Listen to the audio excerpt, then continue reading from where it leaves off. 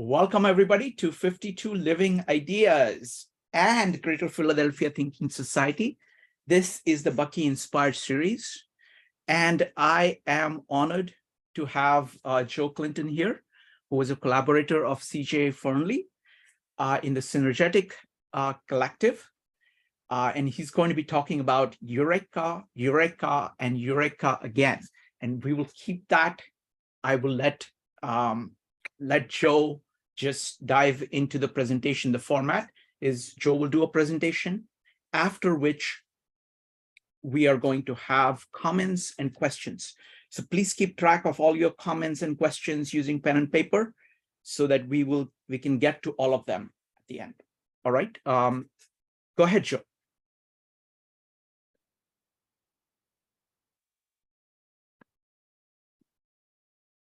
It didn't start. Oh, there it goes. Huh. Go ahead. It is already showing. All right. Perfect. The cosmos may be a singularity. If so, it is only an abstract thought to us. It all depends on one's point of view, which is constantly changing, both individually and collectively. Language emerges from the need to explain individual points of view of the physical and the metaphysical aspects of one's environment. The grammar of the language evolved from a personal point of view to a collective point of view, common to the understanding of the individual's point of view. Yet the true meaning of a symbol used in our language today is still only known by those who use it. And this is changing, and this changing understanding comes from the experiences one draws from exposure to unique observations of one's environment, plus one's understanding of others' experiences. We need to periodically revisit the whole and note the connections and commonalities. I have a problem reading some of this because I didn't realize that my line would not go away, huh? Anyway, basically, just a second, Joe. Which line are you having trouble with? It's the menu bar. Menu bar. Okay. You can move the menu bar down. Oh, how do I do that? Just go ahead and drag it down. Drag it to wherever. Pick out any spot and drag it down? Anywhere you want. Oh, that's better.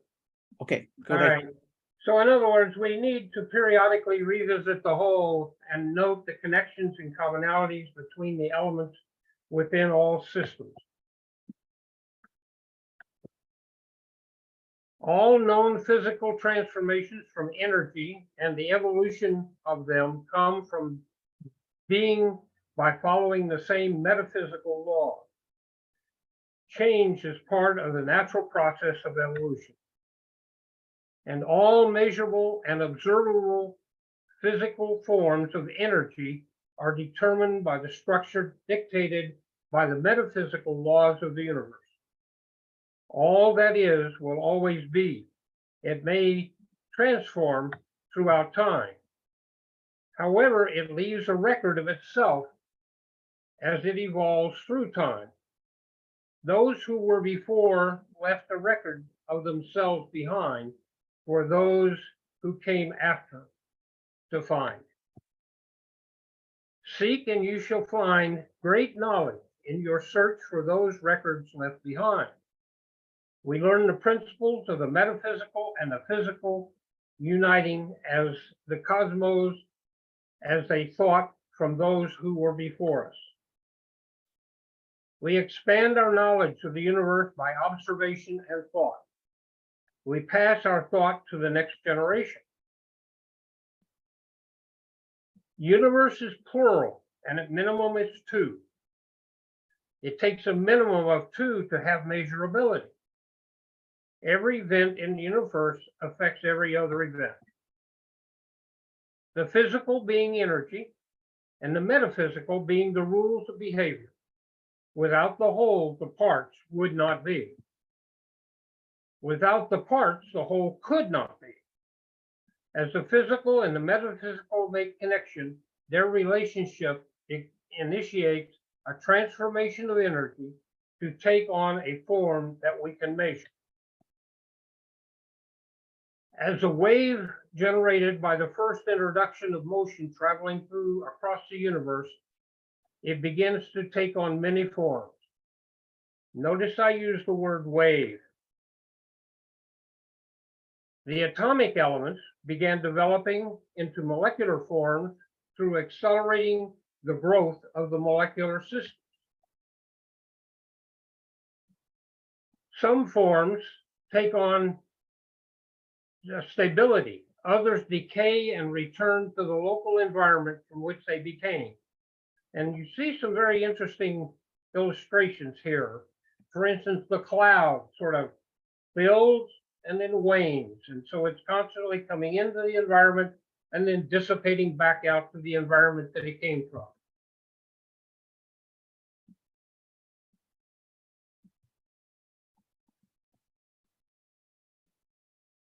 As complexity increases, unique structures emerge from which we began the elements of life.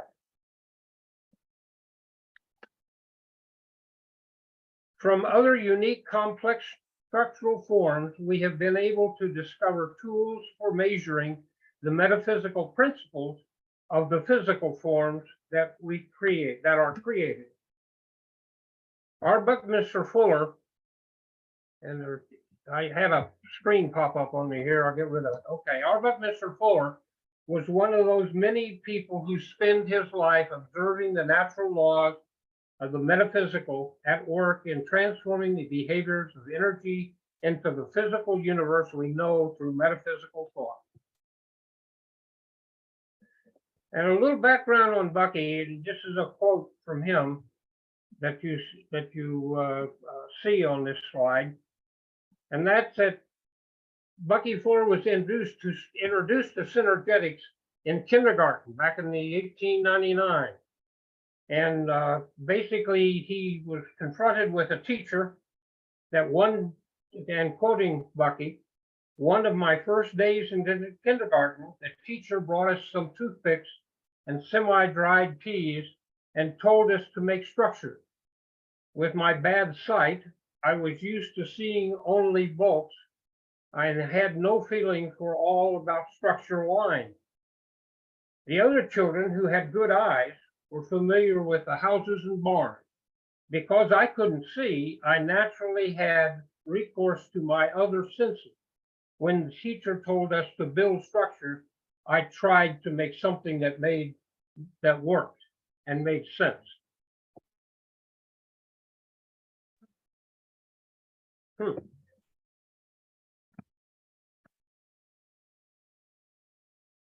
It's not wanting to change on me. You can just click in the middle of the screen. I'm clicking the line. There it is.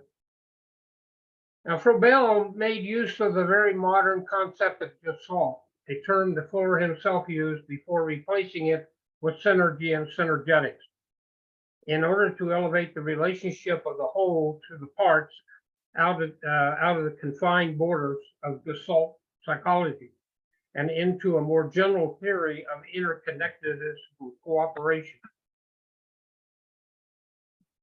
And along these similar lines, much like Fuller, at an early age, I was introduced to units that made up structure around us. Those units were the points, lines, and planes in solids. A point being a location in space. If given length and direction, the point moved into a line.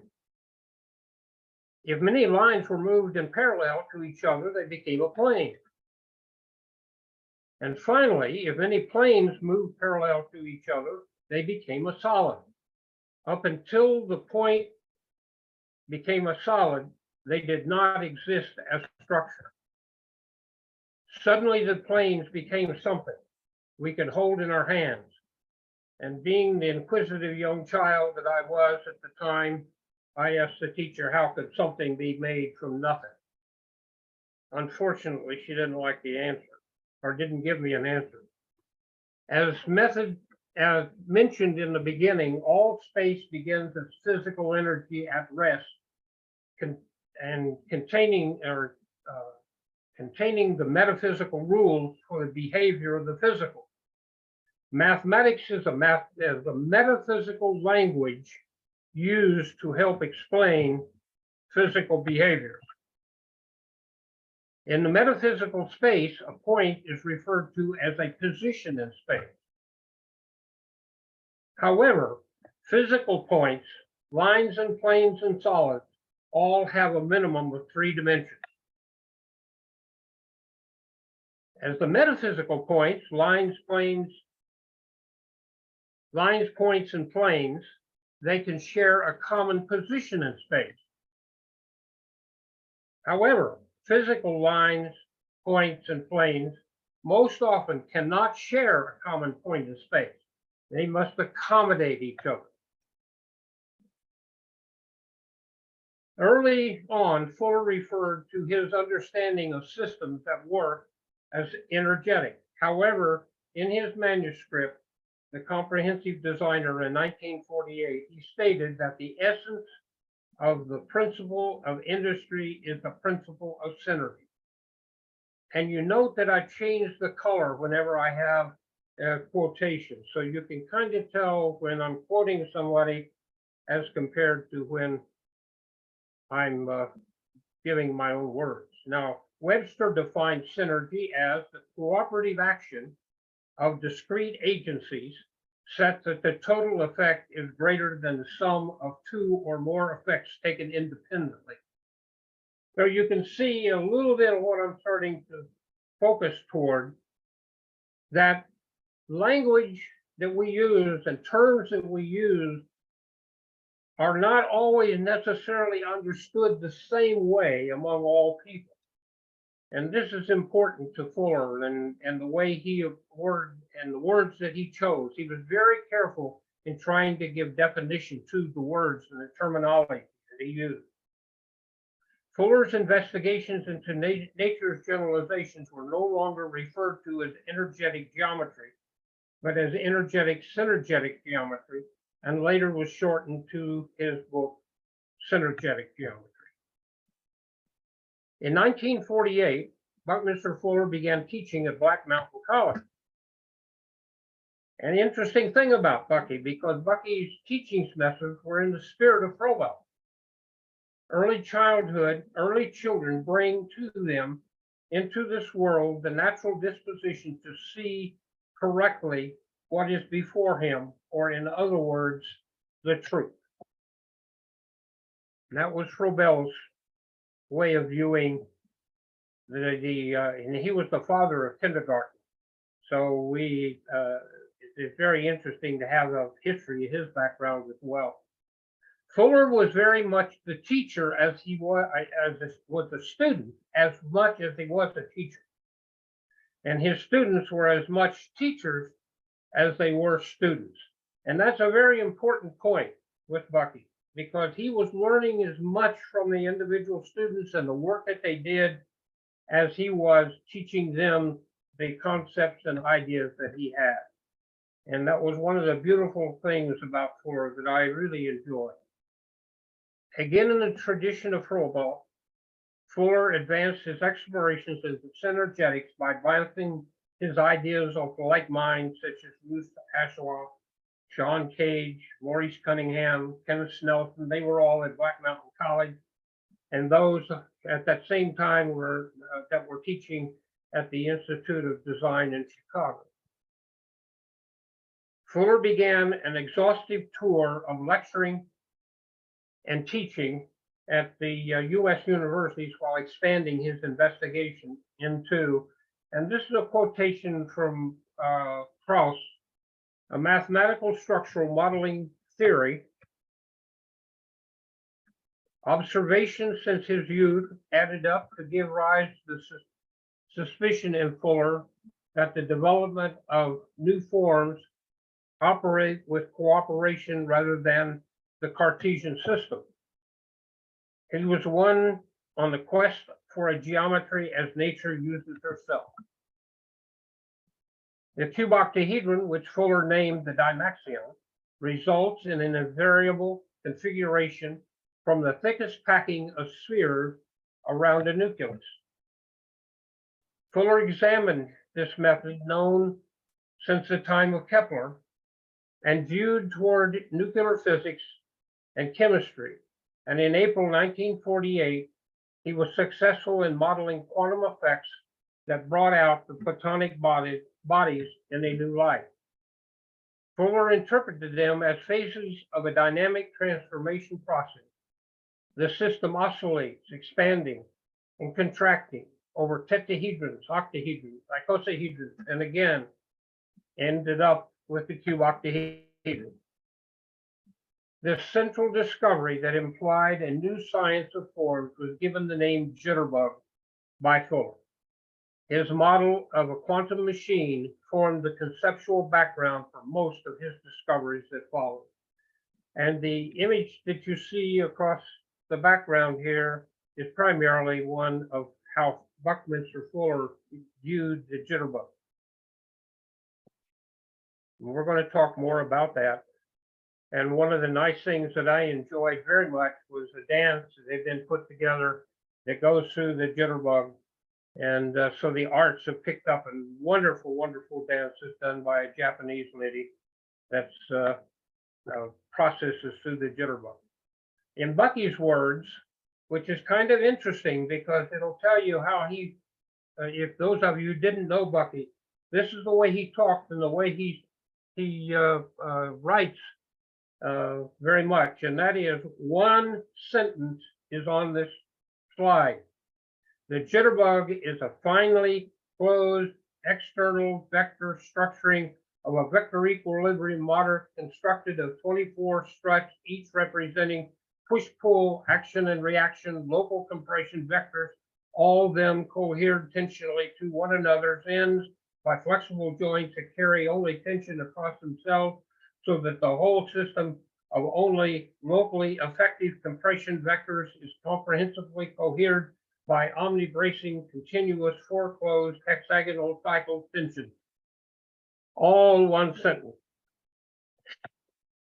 This is why, now I can't think of her name. Anyway, there's a wonderful book for those of you who are familiar with it.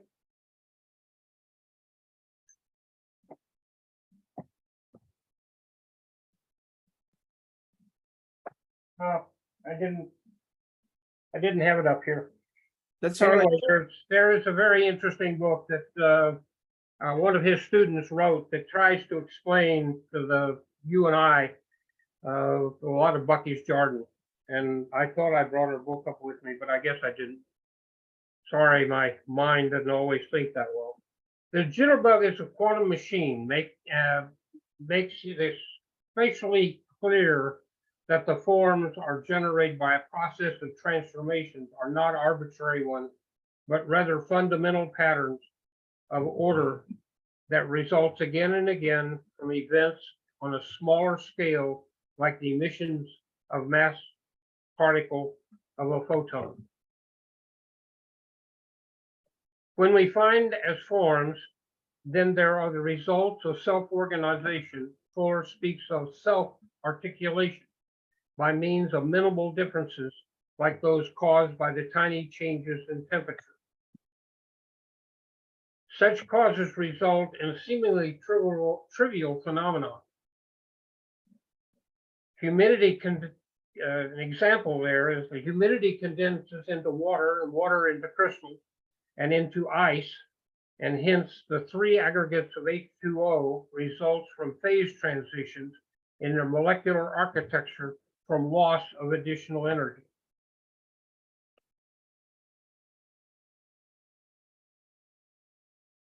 It's no wonder that the fractal-like qualities of the Jitterbug discovery became the quantum leap in Fuller's thinking that led him to further developments leading to his synergetics explorations in the geometry of thinking. So it has a very fractal quality to it that Bucky spoke of many times before we really began understanding the word fractal.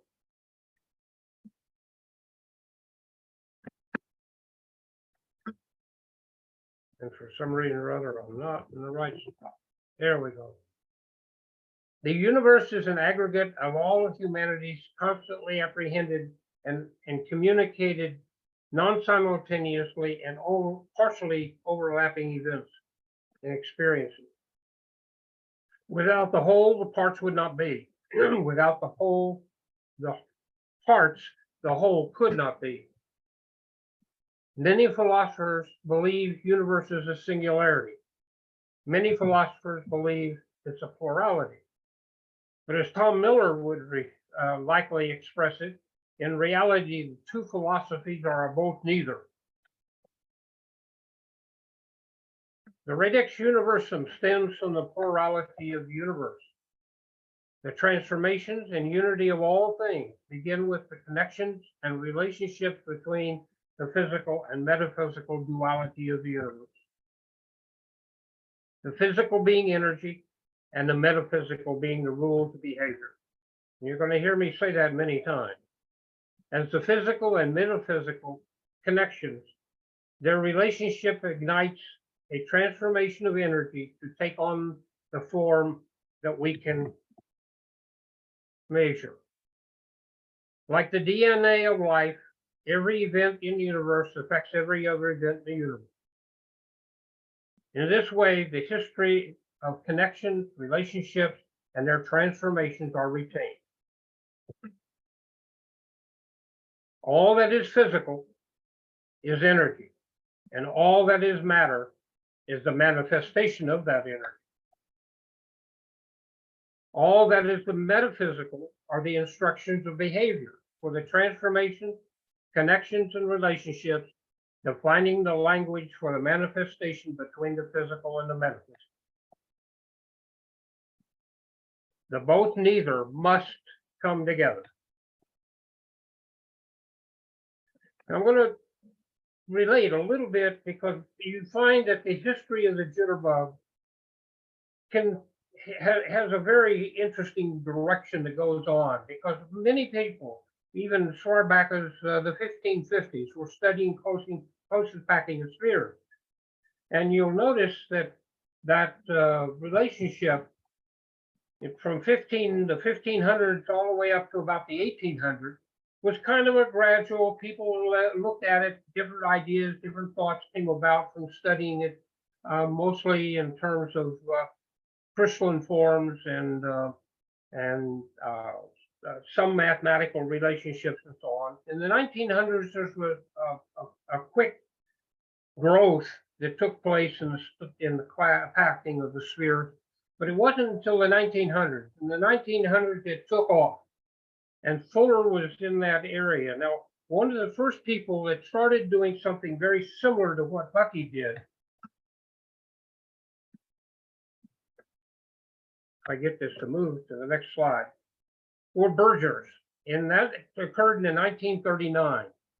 And he was looking at crystal structure and how the atomic structure was among the crystalline forms.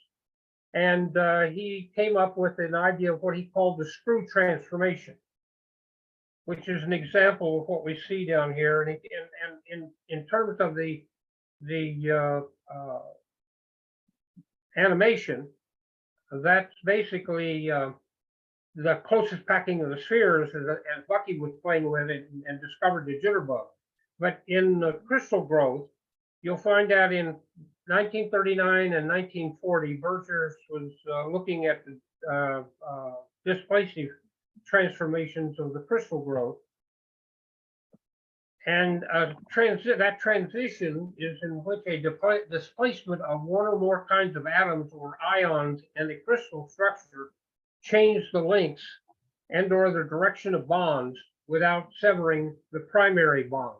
So there was this jitterbugging that was going on in terms of the atomic motion during crystal growth.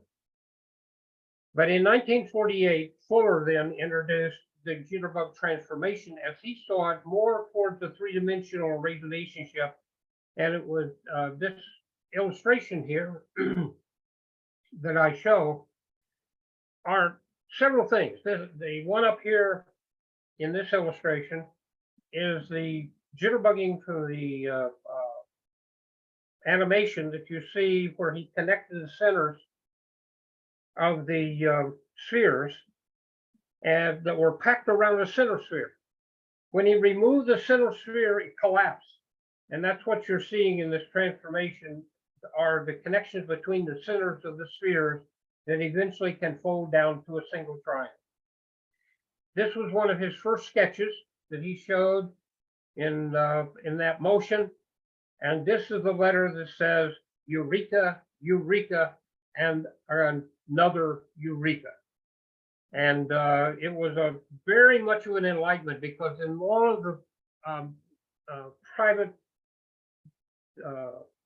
notes and drawings and things that I saw of Bucky's, I never saw him use that excitement or came out with that kind of expression in all the work that I had seen going through his archive.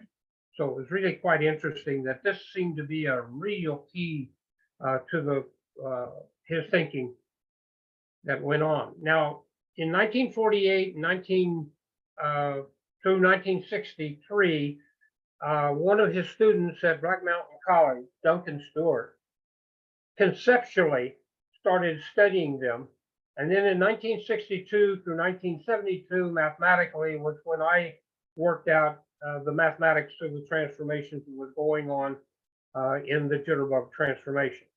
And during 1960 and 65, again, conceptually, Ron Resch, which is a name that he did it through paper folding. He was doing a lot of things at the Institute in Chicago and got to know Bucky, and he started doing the jitterbugging work as a student there in the School of Design. The displacive transformation is really one of the first ones that I worked with, which is basic geometric expansion incorporating the use of two primitives. And this was a new way of looking at that Duncan Stewart had not noticed and Ron Resch had not noticed. And that's a chiral transformation in the simultaneous operation of the transformation and rotation of those forms. If you note on this drawing, you'll see that there's every triangle is really made up of two triangles. And that was a very interesting concept because when I introduced that concept to Bucky, he did not agree with it. He did not think that was part of the jitterbug.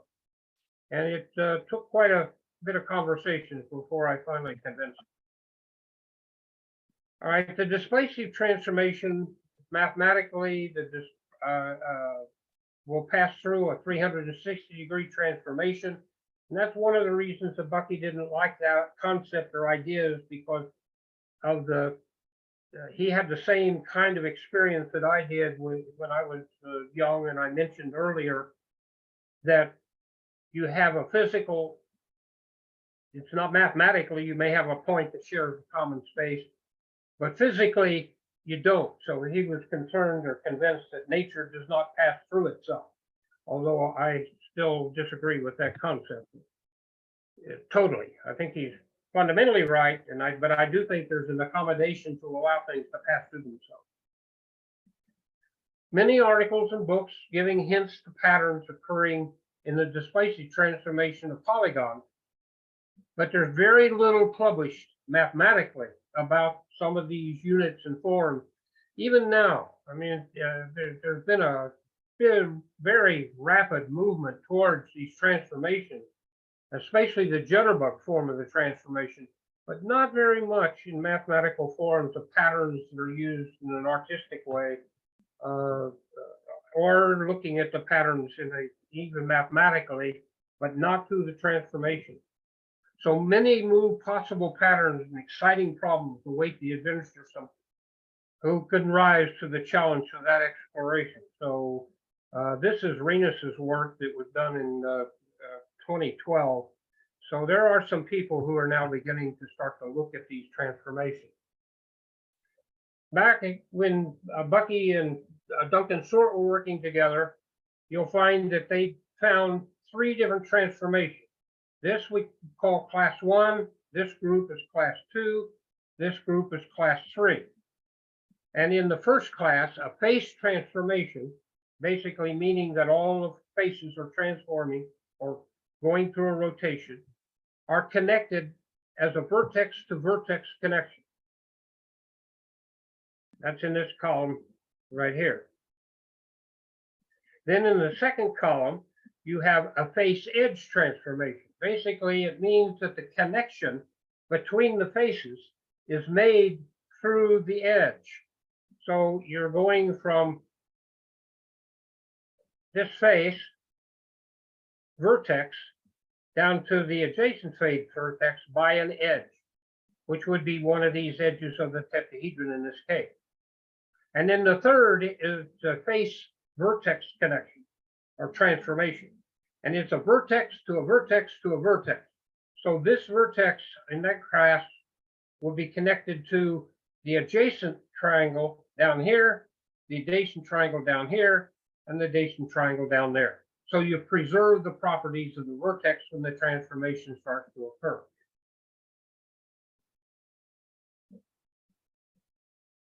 Now, Stewart showed that all regular and semi-regular polyhedra could be developed by starting with a tetrahedron. And each set consisted of single-faced polyhedra. Clinton, that being myself, later showed, and that was all part of the NASA research we were doing, that the stellations could also be accounted for by using double-faced polyhedra. So this chirality that I had, or we started talking about, would allow a face penetration passing through the system and come back out again. And something very interesting happens in that transformation. It'll turn itself inside out if it passes through a rotation of a full 360 degrees. So at 180-degree rotation, it is in the center where all of the planes pass through themselves and share a common position. And then it turns inside out until it reaches an extreme where it has to turn and come back. And so we go through a full 360-degree rotation, and we now have, so we'll see both sides of the system.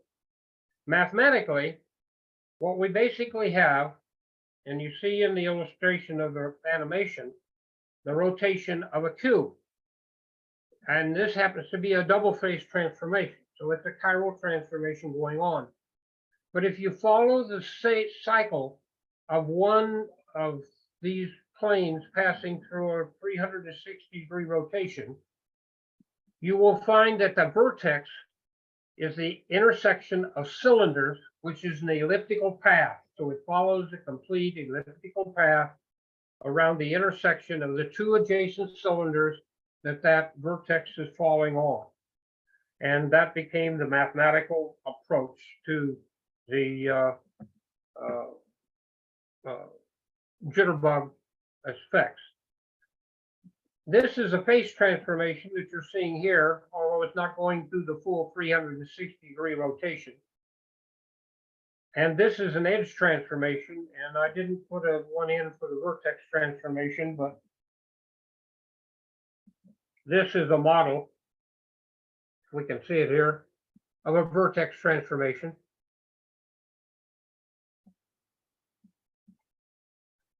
And in about around 1985, or not 85, I'm sorry, 1985, Verhagen, which is the illustration up here, did another mathematical model of the Jitterbug, which is probably one of the most complete mathematical models that you'll find that he did as his PhD work.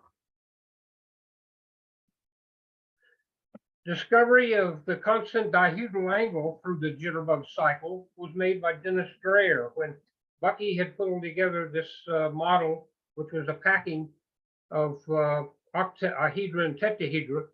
And Dennis Dreyer helped him design a connector for that and determined that the dihedral angle at the vertex is common, and it's a constant angle. It does not change in direction. So in the rotation, you have a constant jitterbugging cycle without changing the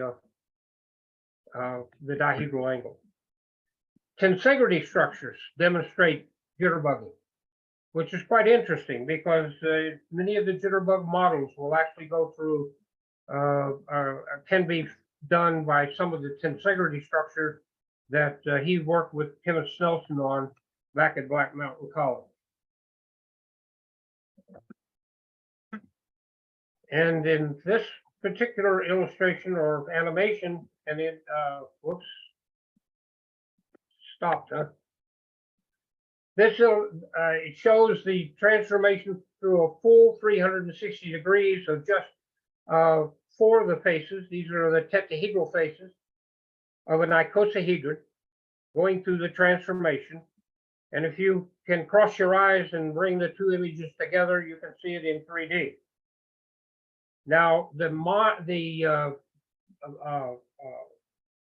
volume that is generated through that transformation is shown up in this upper right-hand corner illustration. So, and this again is the illustration of the volume that's generated during that transformation.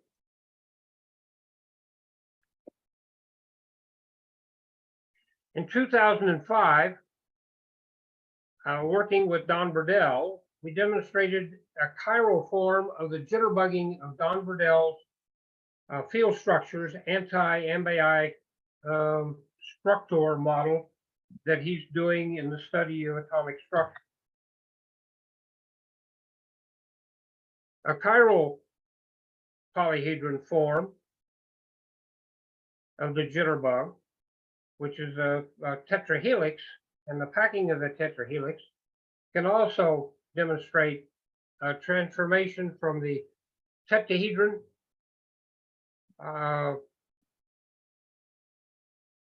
helix to an octahelix. So we have this interesting transformation that goes on by the transformation of the tetrahedron into an octahedron, or an octet truss is what it would if you did that as a close packing.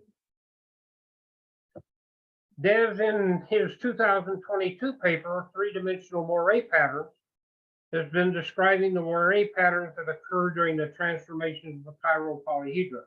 So here is a series of the transformation of the cube with moires on Moire patterns on the surfaces, and it'll go through a transformation of the Moire patterns. So there's being work done in those fields right now in that term. The omnistar can also jitterbug, which is quite an interesting form.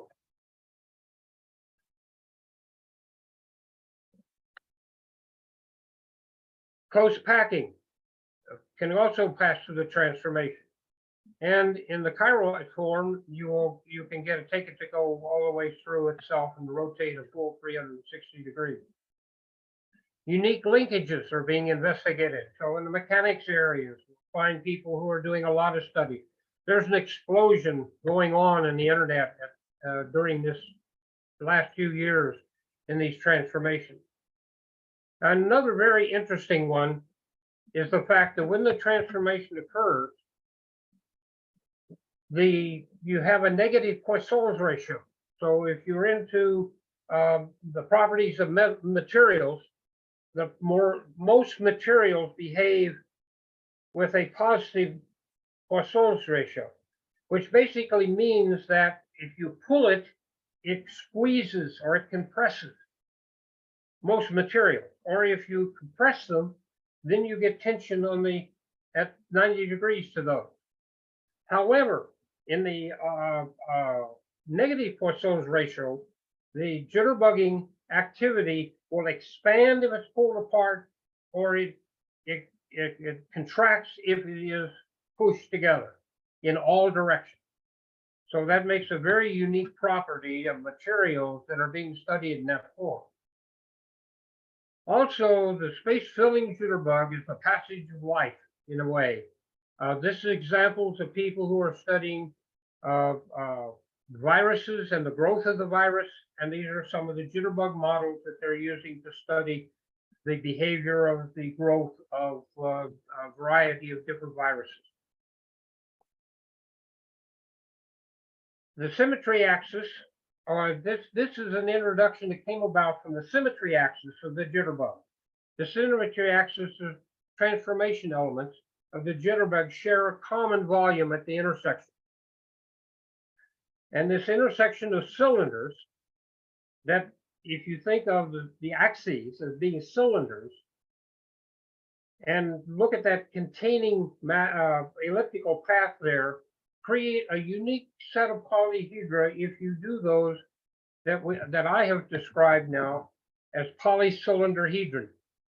So the intersection of those axes, like for instance, the edge axis, make them cylinders, the vertex axis, turn them into cylinders, and you do an intersection of those cylinders, you'll see these various forms that are cylindrical faces, but they are enclosures of volume.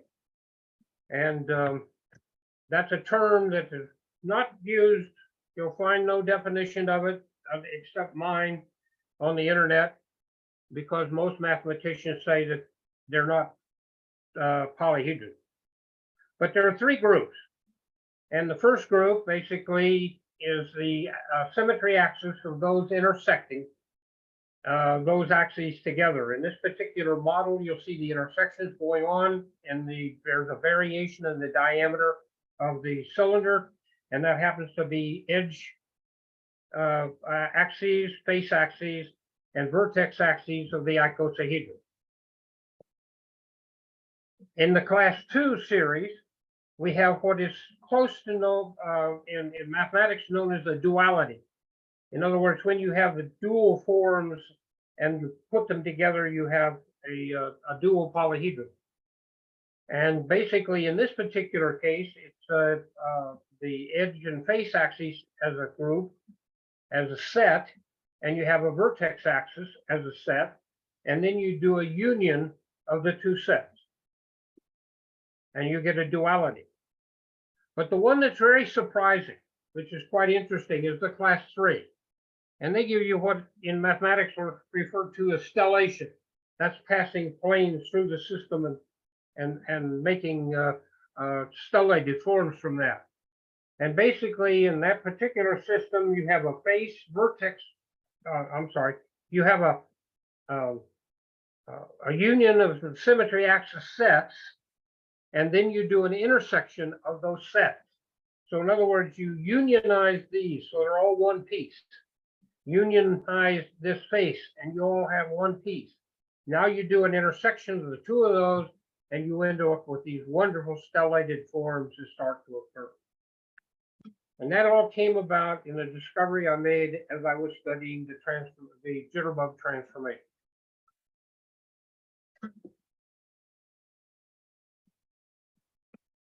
And this is kind of an example of some of the class 3 geometries that you see. This was a sculpture I did to show a group with a polycylinderhedron, and I call it the desert kiss. But now, one other thing that I've started to think more about recently, and very little has been done with this, and I don't know any other person that's been playing around with it, and that is that the polyhedron with conical axes can generate what I'm going to call the conical hedrons as well. And this, again, is a stereo photograph. If you look at it very carefully, you'll see the cones. Here's the apex of a cone. This is one cone. So these are some of the transformations you get in the polyconic hedrons.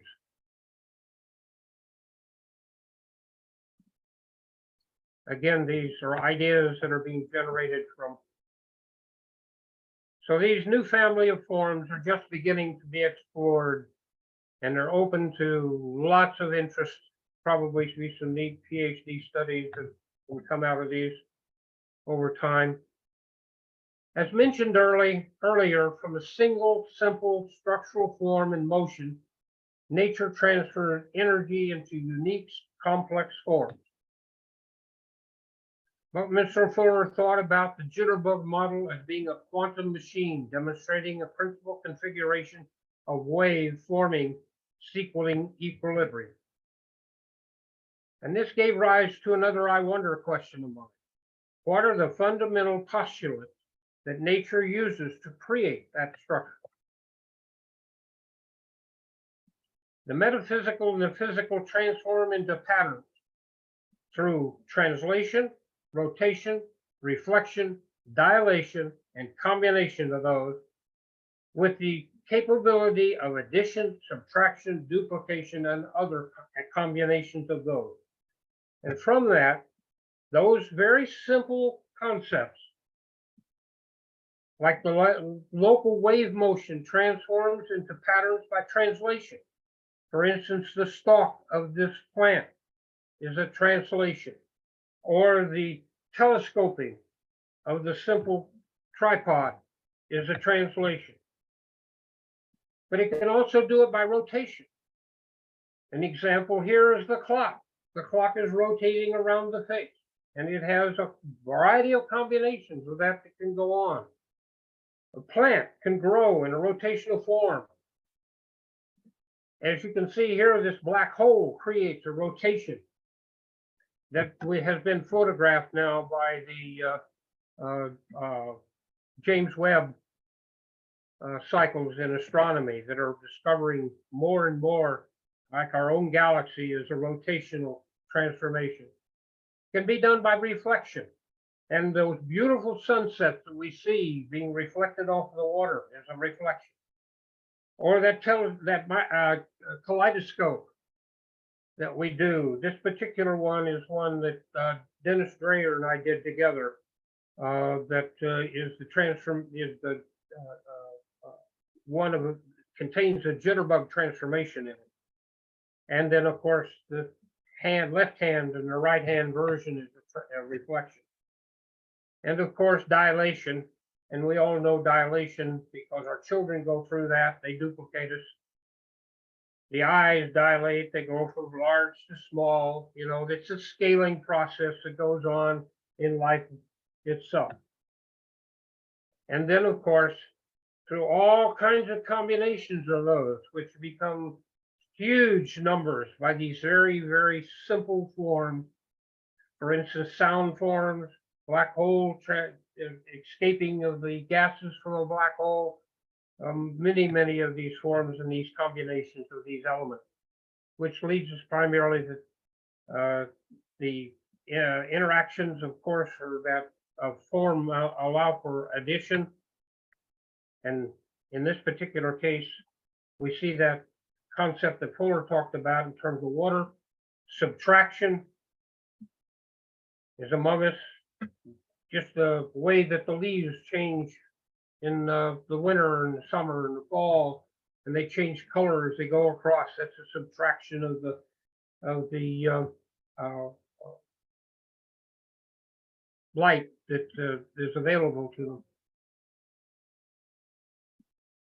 And of course, duplication is another form. Our seeds duplicate themselves. Insects duplicate. All around us, we see duplication.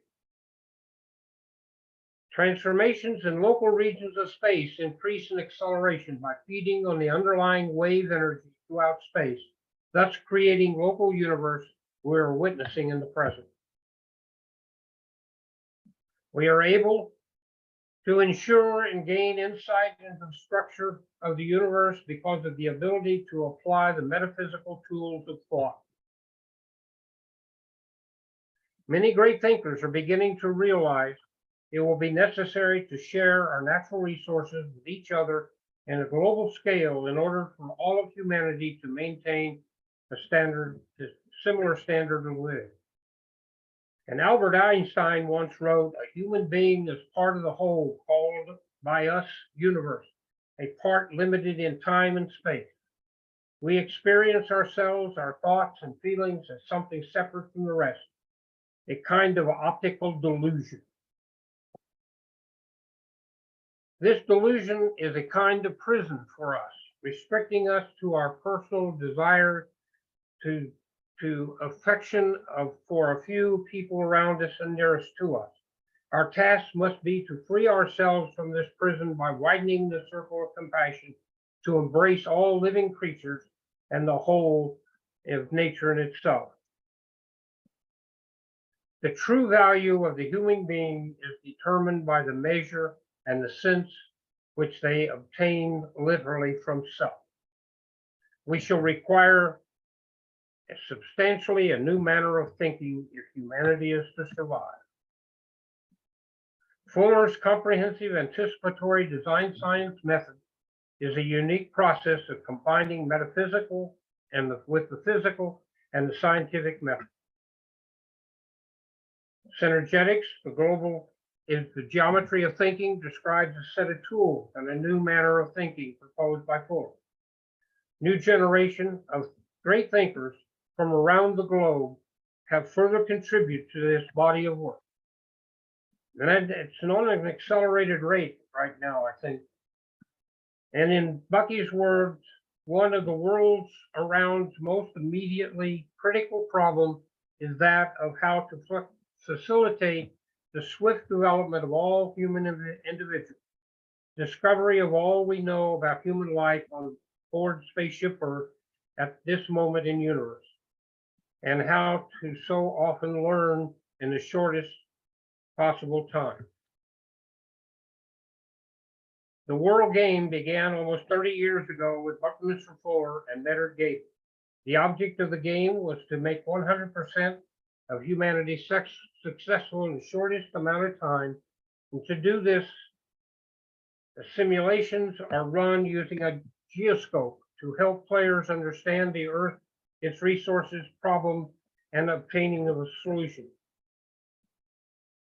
Fuller's geoscope concept was a tool for planning the stewardship that would offer experimental hands-on opportunities to discover vast amounts of information in the geospatial contexture, fully comprehensive globe, in a computerized globe, I'm sorry. And Bucky basically said, I'm certain that none of the world's problems, which we are all prefaced to thinking about today, have any hope of solution except through all of world around society's individuals becoming thoroughly and comprehensively self-educated. Only after many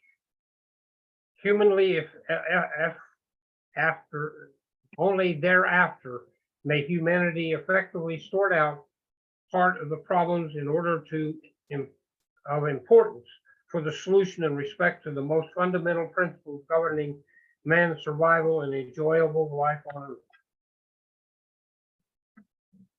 By studying the Eureka moment, perhaps we can understand the transformations, connections, and relationships that will bring us closer to understanding of the universe. To understand the big picture, step back and take a clear look. New points of view can make a difference. With the sustainability, new manner of thinking, with substantially new manner of thinking, humanity may be able to make the world work for 100% of humanity in the shortest possible time through spontaneous cooperation without ecological offense or disadvantage to anyone.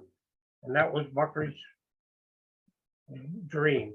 So I'd like to thank Tom Miller and Sarah Kent for encouraging me to prepare this presentation. And I also thank those of you at 52 Living Ideas who patiently listened to these few ramblings over these many years. And I'd like to dedicate this in memory of C.J. Furman. So thank you very much for your time and patience. Thank you, Joel. That was just amazing. Thank you. I can't thank you enough because thank you. It's the crispest formulation of the relationship between physical and metaphysical that I have seen. Just incredible. Could you stop sharing the screen? You just hit the red button. Oh, perfect. Perfect. So I'm just completely blown away by it. Now I want to invite people to comment on it. I'm going to give preference first to people who know Bucky very well, Bucky's work very well, to give your comments or questions, and then we'll open it up for everybody else. Go ahead and type an exclamation mark if you would like to comment or ask a question. Go ahead and type an exclamation mark. I'll give a few minutes here, a few seconds here to get started. Right, we're going to start with Joe. Joe, go ahead. I'm sorry, Hi, Joe. Oh, sorry, Joe. Sorry, Joe. Let's do one thing. Let's go with John and Yoshimi first, and then we'll go to Joe Bullock. John and Yoshimi, go ahead. Hi, John. Well, wonderful. Thank you very much. That was amazing. What I love about the presentation was it was all about dynamics. And if you see behind me there, we have a framework based on triangles that folds up into a tetrahedron. Very little dynamics, but the idea of exploring the dynamics of structure is fascinating to me. But I do have one question. I'm also very interested in David Bohm's concept of folding the universe, folding between the metaphysical and the physical. And he calls it the implicate order and the explicate order. And there's a mathematician called Basil Hiley who's trying to do mathematics to try and understand the difference between quantum theory and classic theory. And I'm sure that your understanding of the dynamics of structure and the mathematics of that could possibly be really important. Are you familiar with Basil Hiley? With who? Basil Hiley. Basil Hiley. Or David Bohm, or David Bohm's approach to it. No, I'm not familiar with his work. Okay, well, I'll have to get back to you afterwards, because I think there's a connection there. Yeah. That could be really amazing. Okay, it would be interesting to learn. Yes. Thank you. Next up is going to be Joe Bullock. Joe Bullock, go ahead. Yes, Joe. Yeah, thank you, Joe. I mean, that was an incredible presentation. I mean, that was the most comprehensive presentation yet, where I think it actually included so many different concepts of Bucky's and actually showed the connections between all of the concepts that we've been talking about here for the past couple of months. So, I mean, it really, it's something that definitely needs to be watched twice. So it's not easy to, it's a lot to ingest. Some of the things that I think, try and think of things in very basic questions. And so that once I can start to answer the basic questions, I can get to the much more complex questions, like the one that John just asked. So maybe I was just thinking about this, unity is plural at a minimum of two, right? And just as how that is the minimum structures in the universe. And maybe if you could just explain how a system itself becomes more complex, where the complexity actually comes from. What is it that makes a system more complex based on that principle? Because we're only looking at two things. So that's my first question. I also have another follow-on question about the Jitterbug. Let's go ahead and have Joe Clinton answer the question, and then we'll go to the next question. Go ahead, Joe. Well,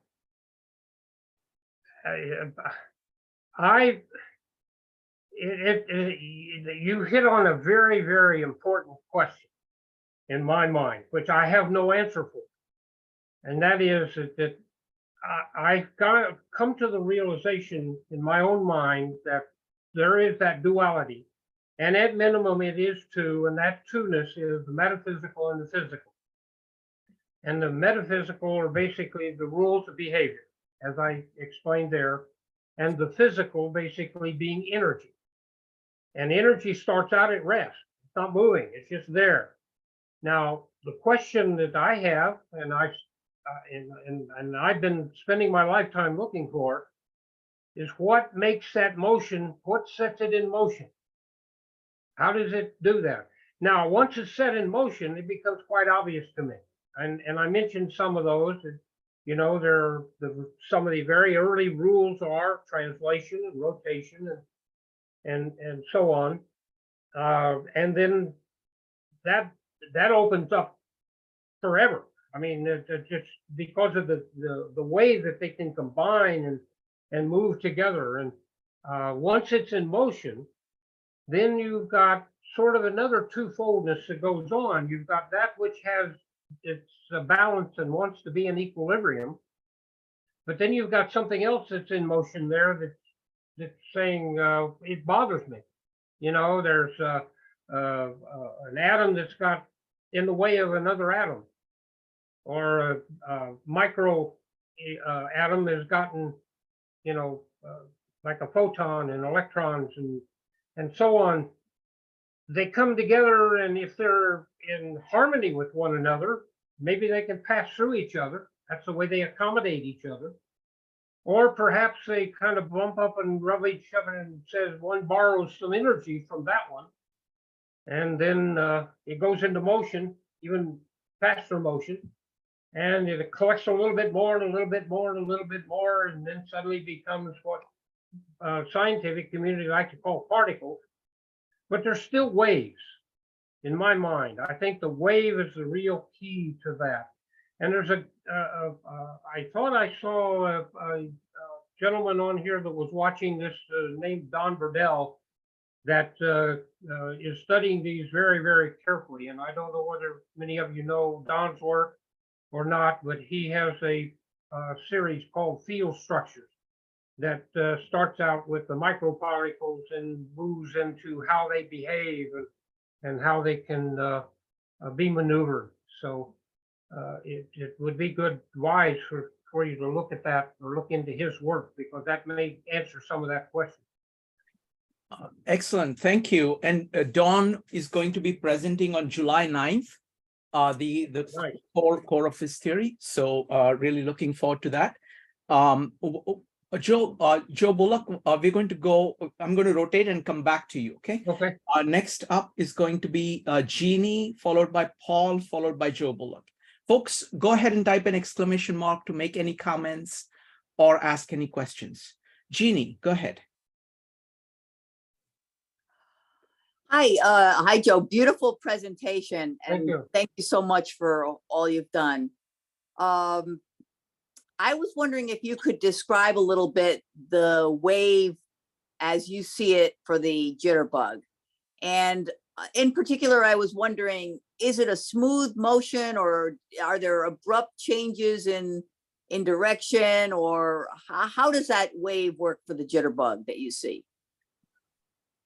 Well, there's a combination in Bucky's work with the Jitterbug, and the way he uses and manipulates the Jitterbug is a variety of those rotations and translations.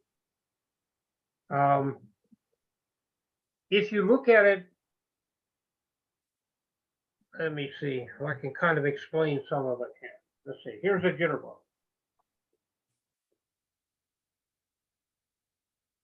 If the way that Bucky utilizes the Jitterbug is he keeps the base on something and doesn't really move it. He simply rotates one of the top elements. So there's a combination of things going on. There's a rotation. And as he rotates, it wants to fold across the squares. And that was one of the problems that he had when he was in school and the teacher told him to build these things, the Frobel teaching method is instead of building square walls, and he found out that they would collapse, and he made triangles to give them structure. So the triangles don't collapse, they just simply move around. But you get a translation of those at the same time as it moves down. In other words, as it collapses, Joe, different can forms. Joe, can you move a little bit away from Oh, the sorry. camera so they can see the hole? We can see the hole. That better? Yes. And if you Then- could hold it then up a what- little bit. And what you see, Yeah, perfect. you see this collapsing that takes place. All right, so what is happening is the two faces, as he does it, stay in parallel to each other, and the vertices line up, but they collapse into a cuboctahedron or into a truncated tetrahedron with well, actually, it's a collection of tetrahedron. It's 6 tetrahedron and one that does not have the tetrahedron at the top. But then he does the rotation, and that will collapse all the way to a single triangle. Wow. And then he can fold the triangle up. So now he's doing a folding in terms of rotation. So the rotation is about the edge. It's not that single rotation, it's a different rotation. And that's when he gets the tetrahedron. Joe, if you could, sorry to interrupt, could you do this one more time? Start from triangle and Okay. put it back so that we can see the whole thing. Just move a little bit back and show us the whole like the thing couple of times. Because what happens is that actually seeing you do Well, this he physically can do is a rotation a little different than I just did, and you'll get the cuboctahedron. Okay, but he changes processes in the way that he will do the changes.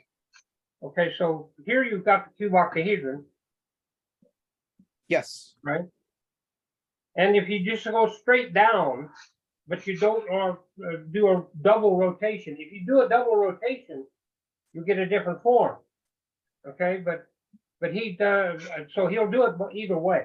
I mean, sometimes he do it, but if you do this way, you get the octahedron. And then you get, and it takes a rotation to get the octahedron. But if the way it goes straight down, you will get the truncated form. So it's a lot of variations that you can have in this transformation. But one of the ones that he liked very much was when he would come down into this form, like this, and bring it down to this, because then he can get the tetrahedron. Mhm. Or he can fold it around itself this way, all the way in, and get a single triangle. Wow. Wow. And the single triangle is what he considers as structure. So that's his structure. And that gives stiffness, and it gives solidity to the system. So these were the kind of things that he dealt with a lot of, but generally speaking, when he talks about quantum motion, he's usually talking about this going from into the well, it shows up much better when I do it with the octahedron this way, because he doesn't allow the pieces to go through themselves.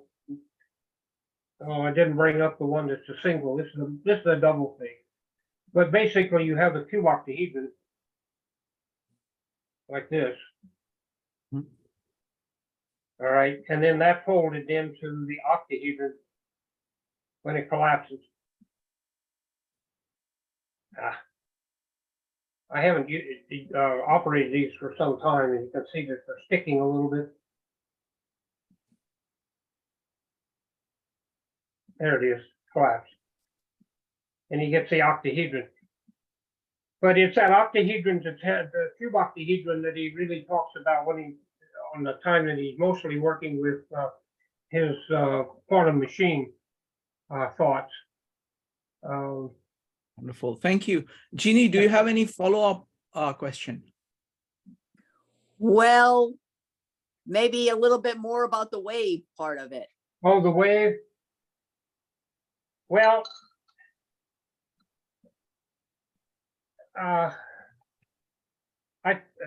too bad I don't have that with me.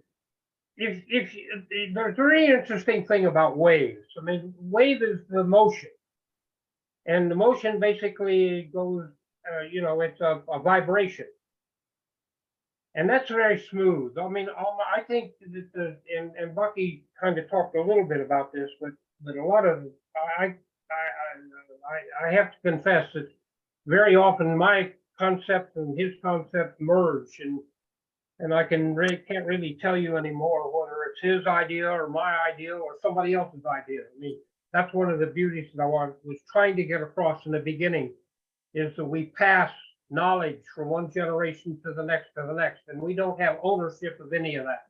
Yes. That belongs to everybody. Yes. In my mind, that's the way I see it, the way I view it.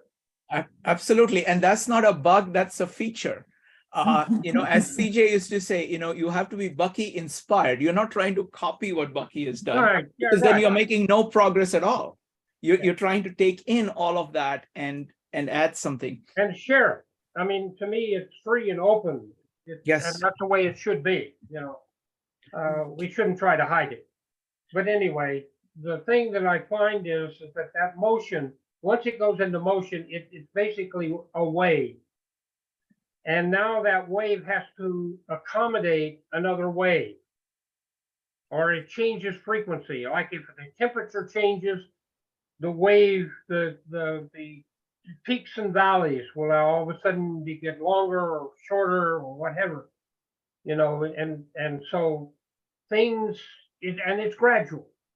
I mean, it's a transition from one thing to another. Those of you who are familiar with computers in the early years, when you had an analog computer versus a digital computer, you'll understand the analog, because the analog is continuous. It's not steps like we have in digital kind of computing. And that's the way our motion is. The motion that we made with our hands through are gradual. It is moving something that is in the space that we are trying to arrive at. So, and then that's the same with any item that come together to create whatever we want to call it or describe it, like an atom, or it can be a molecule, or it can be my cup for drinking water, And when it moves, the energy around it also starts to move in a different waveform than it had been before that motion took place. And in some cases, it'll just accumulate. It comes together and it adds together. Or in one case, it may subtract and it goes away. But it's giving it off, so something else is accumulating it and taking it on. So that's the way I see waves, and that's in a way somewhat the way Bucky talked about waves. Wonderful. Folks, I'm giving priority to people who are very familiar with Joe's work and Bucky's work. So we're going to go with Don, Paul, and then Joe Bullock. Don, go ahead. I'll unmute myself. Joe, thanks again for a great presentation. I always love them. I want to note something about the Jitterbug that fascinates me, is that when you change the geometry through these different rotations and twistings and movements that you make, I noticed that when you go from a larger polyhedra to a smaller one, the frequency is going to be changing. It's going to be increasing. It's going to become more energetic the more compacted it becomes until it arrives at the tetrahedron. So what it seems to me is going on is we're trading space for energy. And that's the condensing process. And then the deploying process of that form is a trade of energy for space. So this ties together space and energy in a way that I think physics could really understand, and has a hard time understanding it as a relationship. So I think your model has got huge potential in physics. Once people will flash on what's going on here. Thank you. Oh, that was brilliant. Thank you, Don. Next up, Don, really looking forward to your presentation in July. So let's talk and look at the figure out something. Next up is going to be Paul, followed by Joe. Paul, thank you for your patience. Please go ahead. No problem. I love every comment I've heard, and Joe, I feel like such an honor to be in your presence. I really felt like you have the DNA of Bucky in your heart, and I appreciate that, because I really learned a lot from your presentation and in your. I want to make a simple proposition and then ask one question. The simple proposition is that your great description of the metaphysical and the physical holds the answer to that huge question of how you go from rest to energy at rest to motion, in that if you buy the proposition that for matter to exist at all, the physical to exist at all, there's always motion. It's inherent in the basic concept. And if you buy the concept that in the metaphysical space, as you described it, there's no such thing as time, then the question of when did it start, how did it start, underlying the word start, is a nonsense question. So that's my concept on that. So secondly, I'd love to hear your thoughts on that. I'll get my other quick point, which is more pedantic, literally, which is as wonderful people like Brett, John, and Yashimi know, I have these problems with these model manipulations on physicality, the big complicated things that you were moving around. But you did the amazing digital things tonight. You showed us these 3D movies of all those transformations at 1,000 times the level of complexity you could do with your hand. So where is the software I can get my hands on that allows me to play with that? Those are my 2 points. Thank you. Well, the software that I use for most of that is antiquated now, because you can find that other people are using some that are a little better. I use a freeware called Povray, Povray, to do the math, to be able to do a lot of the imagery and make the images. And then I ship it over to another piece. I have, when I bought a movie camera from Canon, it came with a movie making software that I can take the animations, cells that I generate in Povray, and make a animated movie out of those. So that's primarily what I use. But on the other hand, some of the models I have around here that you saw pictures of are now 3D printed. And Povray did not allow me to build the STR files that I need for printing. So I did that in a computer program that back many, many years ago was called,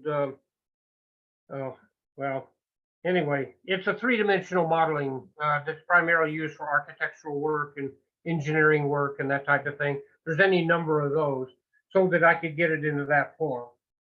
And then very often I will take some files and I can do them in Excel and I convert that over to a Povray, and then from the Povray I do my animation. That's the most of what I use. Thank you. Thank you, Joe. Let's see. Joe Bullock has been very patient, but so we're going to go with Joe Bullock next for his second question. And but would love to hear any more comments or any more questions from other people. Joe, go ahead. So I'm trying to decide which question to ask, because I think that the space and energy question actually might be a little bit more interesting to build off of. Sure. How about just ask a question and then come back for the third question? Go ahead. Okay, I got a third question about the Jitterbug transformation, but now that I'm thinking about the space and energy question, as far as and how frequency, the more like how the frequency changes with space and energy.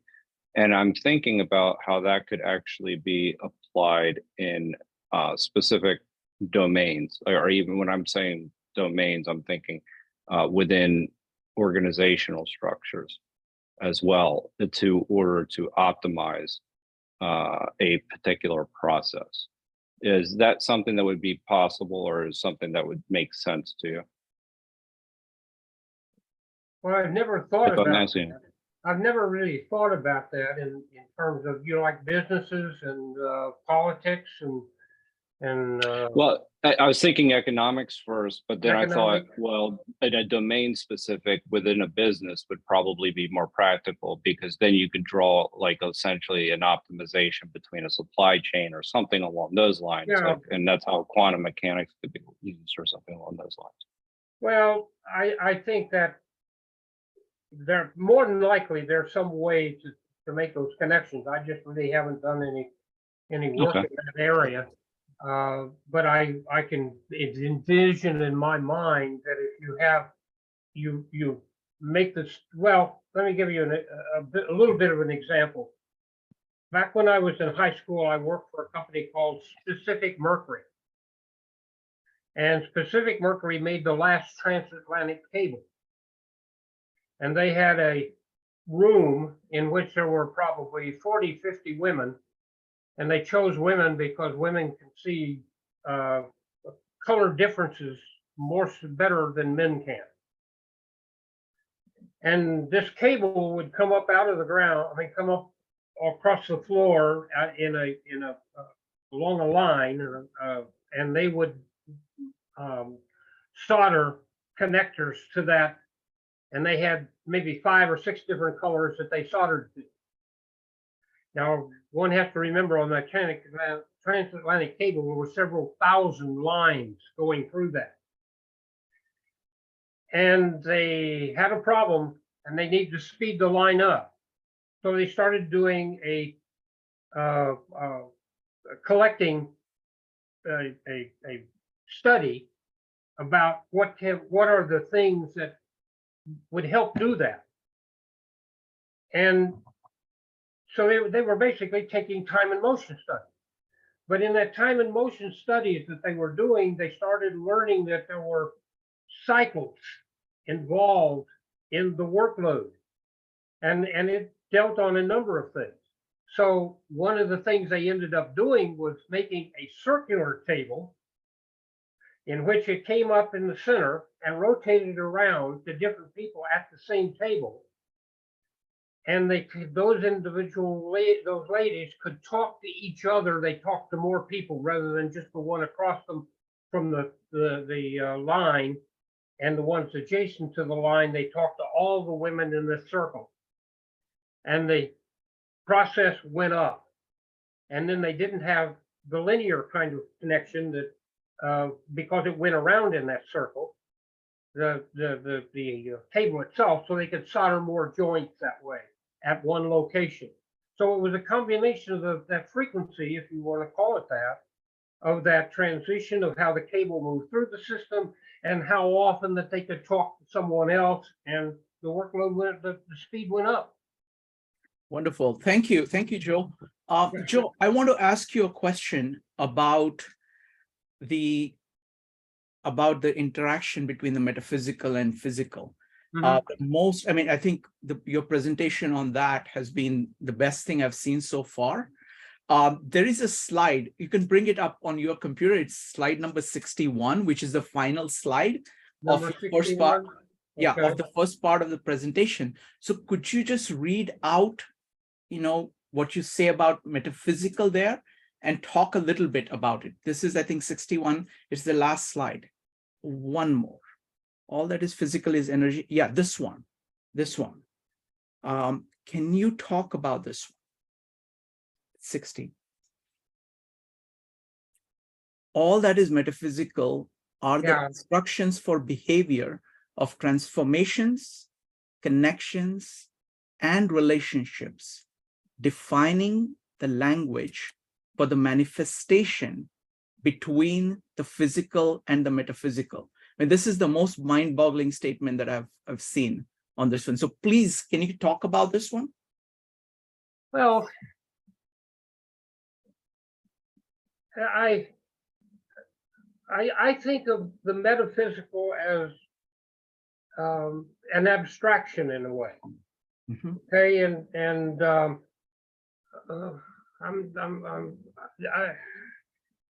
I guess I have to kind of give you a little bit of a feeling of how how my mind works in a sense on this, because Please, Joe, take as much time as you want. This is really, Yeah. really interesting. I've always thought that there's a difference between faith, if you will, or I believe, versus which I accept, as a given. And I look at the metaphysical is as high as I can go in terms of it'll take an awful lot to change my mind, and I believe in, and it's the metaphysical that I believe in. And it's that duality between the metaphysical and the physical. Mhm. And as I described, the physical being the energy, the physics, if you will, the items that we can see and touch and talk about and look at. And the metaphysical basically are the instructions that I have of behavior, how I do things, what I do, how I go, what I think. And so that's a belief in my mind. All right. So everything else is a thought. Mhm. So I'm very willing and accept other people's thinking to change my thoughts. But you're going to have to work awfully hard to change my belief. Mhm. And a little bit gets back to what Joe was asking the question a while ago about what makes that transition, what pulls them together. That I have not been able to answer, but that's the answer I'm seeking Mhm. in my own life. Is I'm trying to find what it is that makes that connection. Why is it that there is that duality? But I see that as a transformation. I see that as connection. I see that as relationships that we have with not only the energy, but myself and other people, an inner thing. How does that belief form itself? And in what form does it take?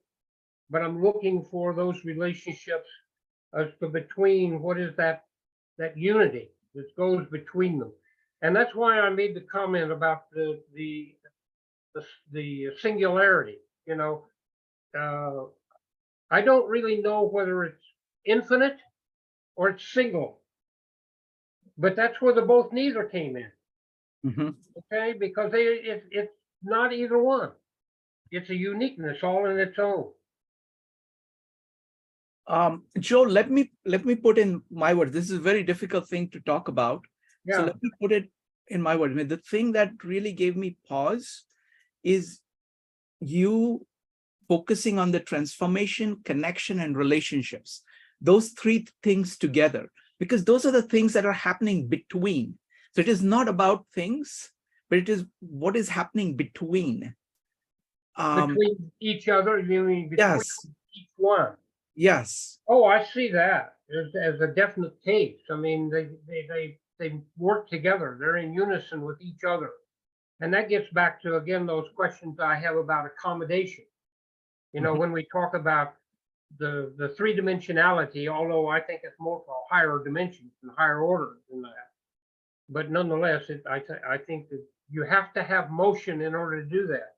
And one of the problems that we have in our thing, and which has changed over history, is in the early stages of human race or human beings that as we know it, or think we know it.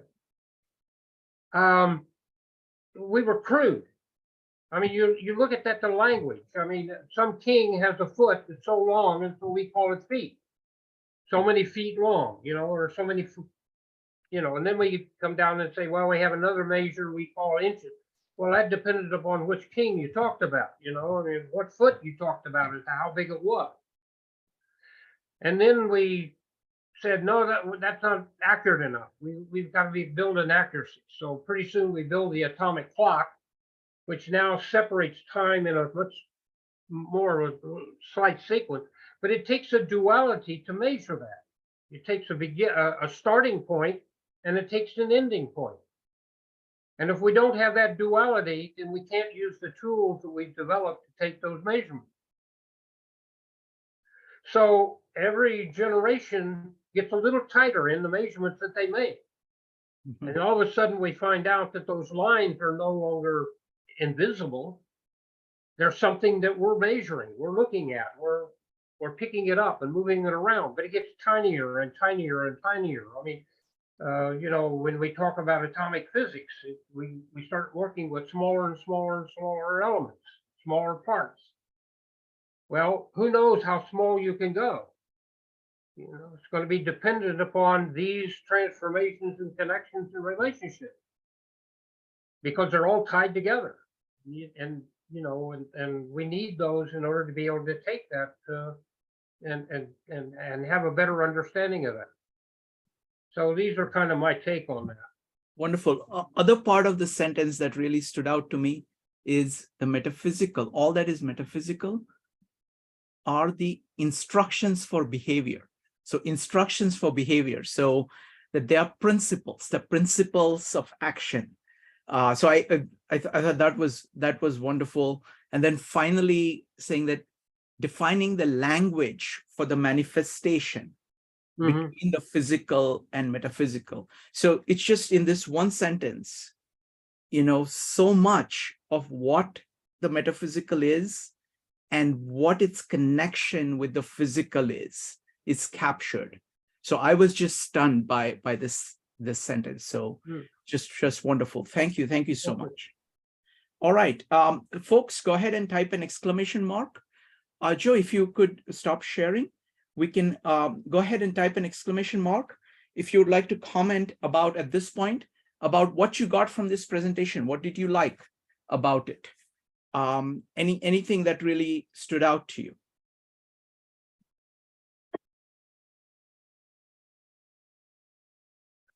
Joe, can you go ahead and type, click on the red button and start sharing?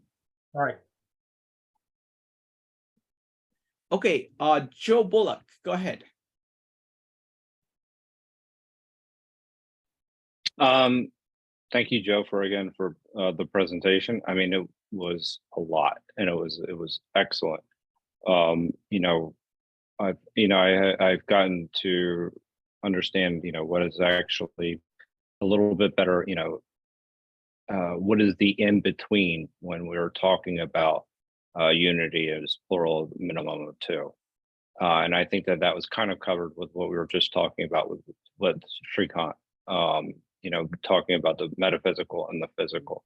You know, and that's a significant breakthrough on a number of levels when you start to see that a little bit more clearly. At least I have knowledge of what I'm looking at. So, you know, so it's incremental progress that I'm taking away from here. Also, just understanding, having a better understanding of the Jitterbug as a tool for analysis is very powerful for me. You know, seeing the folding the way you were using it, and walking away with actually more questions about how this works in physical structures that we've created versus nature itself.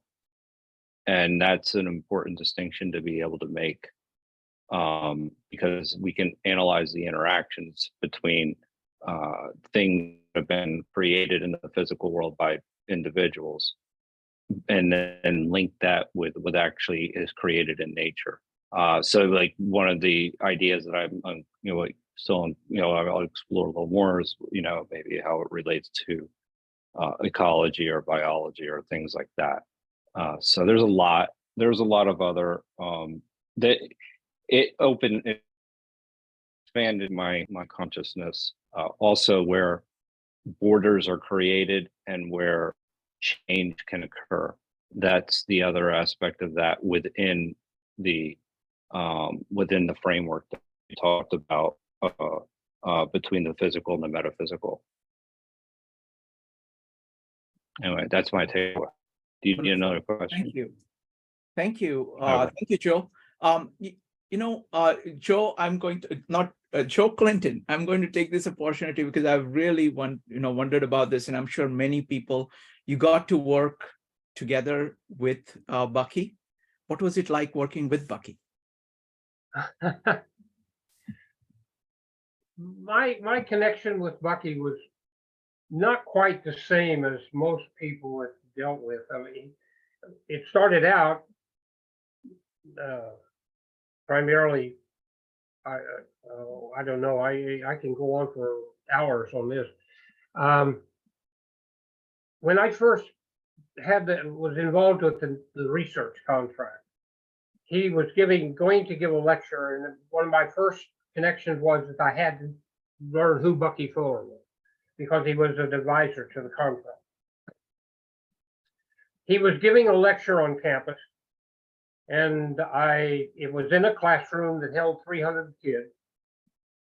And he started early morning, and every time that the time shifted for students to go in or out of class, most of the students would leave and come back, and then there would be another group of students come in. And I sat there and sat there and sat there and sat there. And finally, there wasn't anybody else in the room but he and I. And he came down off the thing and said, "Well, I think I have said all that I have to say today. Thank you for staying." And I looked up at him and said, "Well, after the third sentence, I didn't understand a word you said."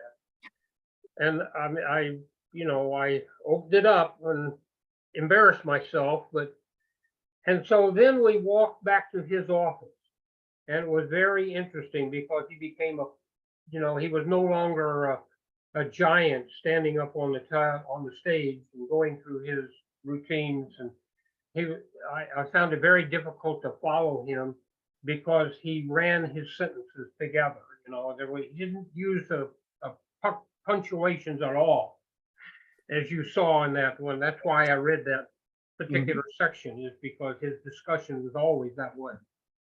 But over time, I started to gain this connection. And whenever I had a problem, he would take whatever time he needed and give it to him to do it, on the project. And he gave me total access to his file. So I spent hours going through his work. And the example that I gave about the chirality of the jitterbug was a kind of thing where when he came back to me and his final comment after I showed him that model was, "Young man, you're absolutely right," suddenly changed my mind about it. He was no longer a person who insisted that he was always right. And I had so many professors over the years that were just that way. I mean, this is the way it is, and that is it. And I questioned everything from my early childhood all the way through my life, and I still do. Is I have to experience it. I have to somehow or another come to grips with it and get an understanding of it. And so with those relationships, and there were many times when I was in the car with him by himself when he was going to a meeting, we made a trip from Carbondale, Illinois to Washington, D.C. about once every 3 months to give a presentation to NASA. And usually it was 2, maybe 3 people, because that airplane belonged to the university, and I was taking flying lessons at the time. And so very often there was this transfer back and forth, and we just chit-chatted. I mean, he had kind of a wonderful way of being able to do that, although we slept quite a bit on those trips. And then there are times when we were in the car together or something. So I became, you know, he just became a friend. And that was a very wonderful experience. And we had our disagreements. I mean, there were times when I still think that he was wrong on many items, or he didn't quite see it the way I saw it, or what have you. But he was willing to accept that. So to me, it's a very interesting experience. But he's not the only influence in my life. I mean, but a lot of it came through him, because he knew a lot of extremely well-known people. And so I have had the good fortune to have contacts with people like Margaret Mead and Norman Paz and Constantine Doxialis, and I can name many. Yes. So that's been a wonderful experience here. So I cannot differentiate whether my understanding came from him or from all the others as well. Yes. So Joe, I mean, this is it's amazing. And that's like, you know, we're trying to integrate it in our own way, and we are trying to be true to what we understand. You know, Yeah. We're just trying to understand the truth. Yeah. And whoever gives us pieces gives us the pieces, and you know, it's very difficult to keep track of you know, everything. So Joe, this has been a tremendous honor, and would love to have you back for a follow-up on anything that you would like to talk about. This has been just incredible honor, sir. So thank you so much. Well, thank you. Thank And you very much. thank you everybody. And we'll see you soon. Bye. Bye.